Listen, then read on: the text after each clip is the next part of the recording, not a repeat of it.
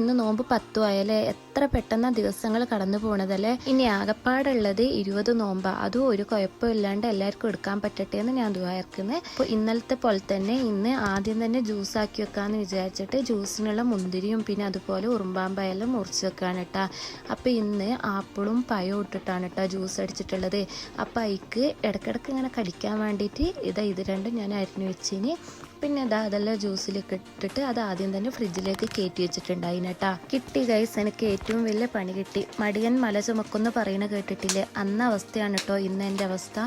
ഇന്നലെ ഉമ്മ ഉള്ളിയെല്ലാം മുറിച്ചപ്പത്തിന് മഴ വന്ന് പറഞ്ഞിട്ട് പോയിന്ന് ഞാൻ പറഞ്ഞില്ലേ. ഇന്ന് പക്ഷേ മസാല ആക്കിയതിൻ്റെ ശേഷമാണ് കേട്ടോ മഴ വന്നിട്ട് മുളക് വരാനായിട്ട് പോയത്. അതോടെ എനിക്ക് ഏറ്റവും വലിയ പണി കിട്ടി.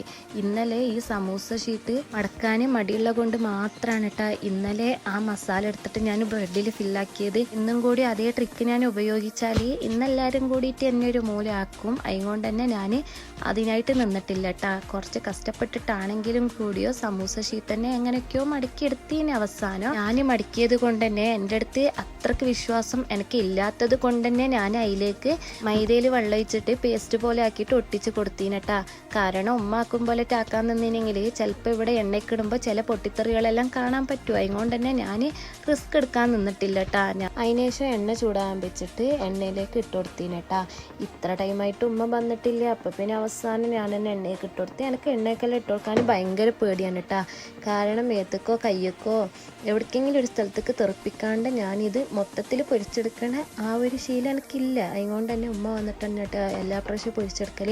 പക്ഷേ ഇന്ന് ഞാൻ തന്നെ പൊരിച്ചെടുക്കാമെന്ന് വിചാരിച്ചിട്ട് അവസാനം എല്ലാം എങ്ങനെയല്ലോ ഇട്ട് കൊടുത്തിട്ട് പൊരിച്ചെടുത്തിട്ടുണ്ടായിന് കേട്ടാ. പിന്നെ ഇന്ന് കറിക്കുള്ളത് ഉമ്മ വന്നിട്ട് ആക്കാമെന്ന് പറഞ്ഞിട്ടുണ്ടായിന് കേട്ടാ. അപ്പം ഞാൻ എന്താക്കി നാസ്റ്റിക്കുള്ള അരി അരിച്ചിട്ട് ഇന്ന് ദോശ ചൂടാന്ന് വിചാരിച്ചിട്ട് നാസ്റ്റിക്കുള്ള അരി അരിച്ചിട്ടുണ്ടായി. പിന്നെ ഇന്നലെ ആരോ കമൻറ്റിലൂടെ ചോദിച്ചു മോൾ എവിടെയെന്ന്. മോൾ എവിടെയും പോയിട്ടില്ല, നമ്മൾ പണിയെടുക്കുമ്പോൾ മോൾ എടുത്ത് തന്നെ ഇരിക്കലാണ് കേട്ടോ. ഞാൻ മിന്നാമത്തെ വീഡിയോയിൽ പറഞ്ഞ പോലെ നമ്മൾ എത്ര നേരം പണി തീർത്തിട്ട് ഇവിടെ നടിക്കൂ ആ ടൈം വരെ മോൾ എടുത്ത് തന്നെ ഉണ്ടാവും. പിന്നെ ഇതാ ബാങ്ക് കൊടുത്തതിൻ്റെ ശേഷം നമ്മൾ ജ്യൂസും സമൂസയും തിന്നട്ടാ. അതിൻ്റെ എല്ലാം ശേഷം നിസ്കരിച്ചിട്ട് വന്നിട്ടാണ് കേട്ടോ നാസ്റ്റക്കും കറിക്കുള്ള കാര്യങ്ങളെല്ലാം നോക്കിയത്. അപ്പത്തിന് ബാങ്ക് കൊടുക്കുമ്പോഴത്തേനും ഉമ്മ വന്നിട്ടുണ്ടായി. അപ്പോൾ പിന്നെ ഉമ്മ കറിക്കുള്ളതും അപ്പത്തിന് ഞാൻ നാസ്റ്റയും ചൂടാന്ന് വിചാരിച്ചിട്ട് ഇതാ നാസ്റ്റ ഞാനായിട്ട് ചുടുന്നത്. ഞാൻ നാസ്റ്റ ചുട്ട എല്ലാ കുറവുകളും ഇതിൽ കാണാനുണ്ട് കേട്ടോ.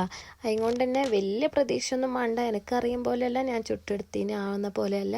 പിന്നെ അതുപോലെ എൻ്റെ വീഡിയോസ് എല്ലാം ഇഷ്ടപ്പെടുക എന്നുണ്ടെങ്കിൽ സബ്സ്ക്രൈബ് ചെയ്യാൻ മറക്കണ്ട. അതുപോലെ തന്നെ കമൻറ്റും ചെയ്യണം കേട്ടോ. എല്ലാവരുടെയും സപ്പോർട്ട് എൻ്റെ കൂടെ ഉണ്ടാണ് കേട്ടോ. അപ്പോൾ ഓക്കെ ബായ്. ശരിയാ പറയുമ്പോൾ ഇന്നത്തെ കറി എന്താന്ന് പറഞ്ഞിട്ടില്ലല്ലേ. ഇന്ന് ബീഫ് കിട്ടിയിട്ടുണ്ടായിന് കേട്ടോ. അപ്പോൾ ഇതാ ഉമ്മ അടുപ്പത്ത് വെച്ച് കറി ഉണ്ടാക്കിയ ടേസ്റ്റ് കൂടുതലാണ് പറഞ്ഞിട്ട് ഉമ്മ അടുപ്പത്ത് വെച്ചിട്ടാണ് കേട്ടോ കറി ഉണ്ടാക്കണേ. അപ്പോൾ ഓക്കെ ബായ്.